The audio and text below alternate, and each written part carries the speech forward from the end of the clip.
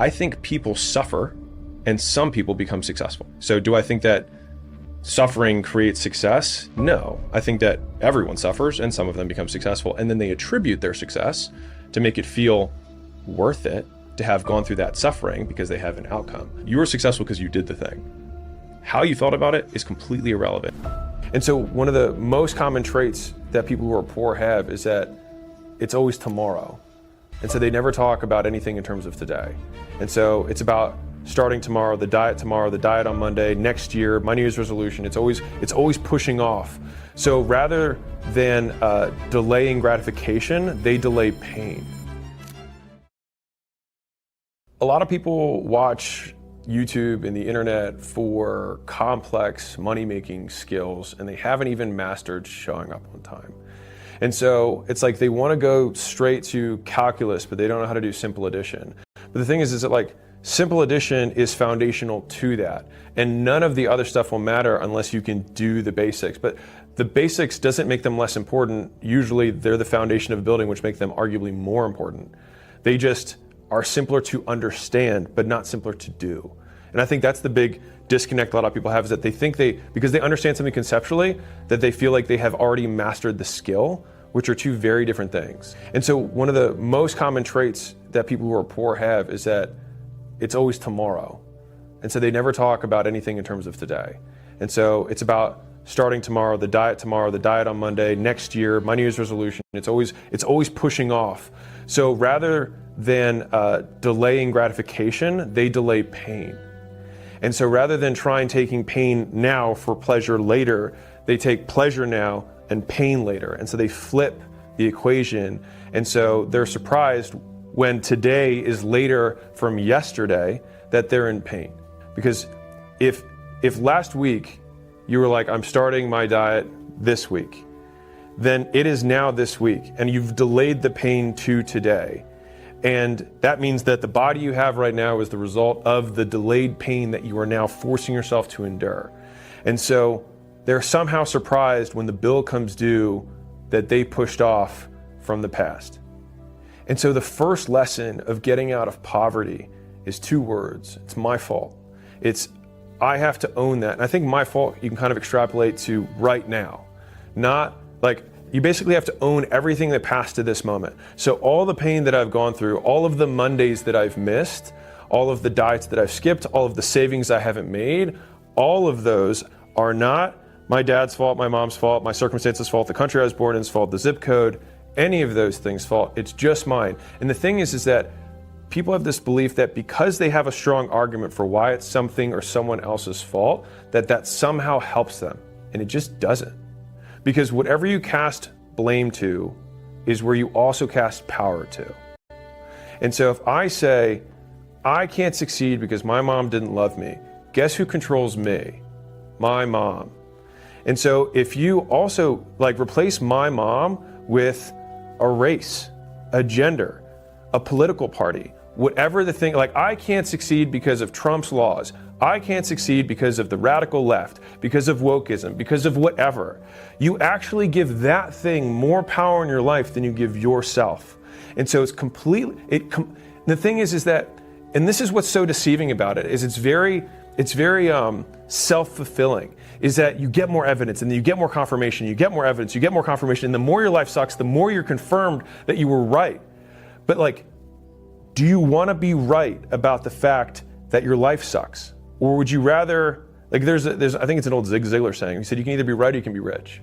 And I mean, it's simple, but this is what he was getting at, is that you can say, you know what? You are right. Your dad kicked the shit out of you your whole life and you don't have any confidence because he told you you're a piece of shit every day. You're right. But in order to be rich, you need to let that go. Because every day you say that I'm not successful because of this, it means because this now owns you. And for me personally, that realization that the thing that I hated most in the world, the things that I blamed for why my life wasn't the way it was, I was there. And just realizing that made me angry. But through that anger, I was able to say, well, fuck them. I will succeed despite the fact that my dad said this, or my mom said this, or Barack Obama said this, or Trump said this, or the woke left says what.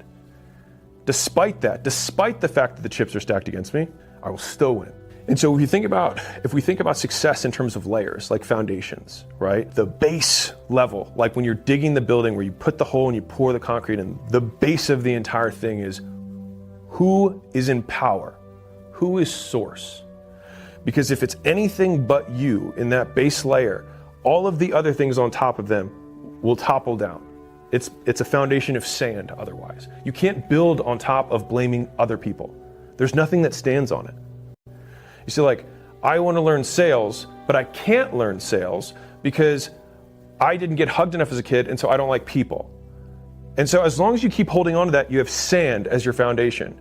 But if you want to learn how to sell, or you want to learn how to market, or you want to learn how to do whatever, until you say, well, it's my fault that I don't know it, and because of that, it's within my power to change it. At the very beginning, you have to accept that, which is the first two words, my fault, my responsibility, all me. I am source. And then once you can accept that one thing, and what's crazy is that that one foundation is where 90% of people literally aren't. They're not there. They can't do it. The reason my girlfriend left me is because of this, not me. The reason I lost my job is because my employer was, my boss sucked, whatever, the economy. But it never serves you. Like, give me one instance, one example. This is to anyone who's listening to this. One example of when you blamed something else and it made you better. One. You can't find it because it's fundamentally not true. And so you cannot both desire to get better and also maintain blame. You have to pick. If the victim frame is just taken to the natural extreme, you realize that you're right. You win the game. And by being right the entire time, you lose everything. And so it's one of these frames that I love. Dr. Kashi says this. He says, you're 99% right, but 100% wrong. And what that means is, like, for example, every time I bring a girl home and I want my parents' approval, I bring her home and they say, this isn't the one, this isn't the one, she's not good enough, whatever it is, every time. It's easy for them to say that because every single person you date, except for the one you marry, they are right on. And so they're 99% of the time they're right. And they're confirmed by saying that that person that you bring home is not good enough. Because every time, eventually you break up, oh, it's not gonna last. This isn't the one. It keeps going, right? But if you keep doing that all the way to the natural extreme, you're 100% wrong.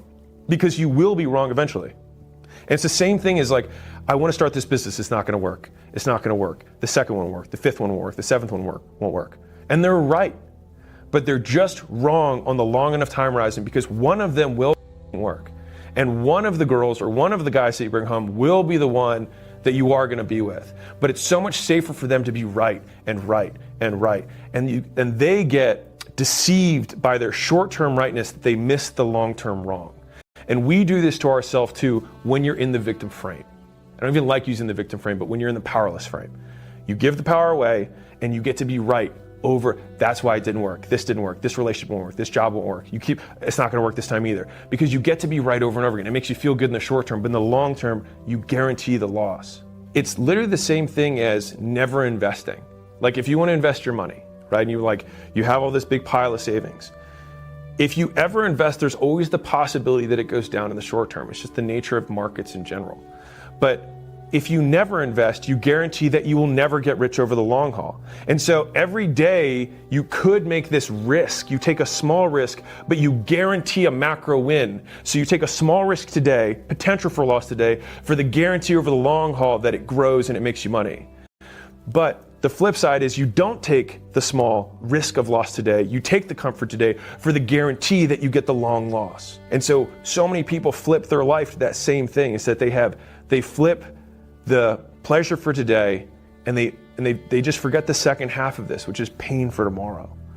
And that today is also yesterday's tomorrow, and we're living through the pain that you cast, like you own this. And until you're like, this is my fault that I'm in pain today because of decisions that I put off pain for tomorrow, where today is tomorrow. When you're broke, every dollar means so much to you.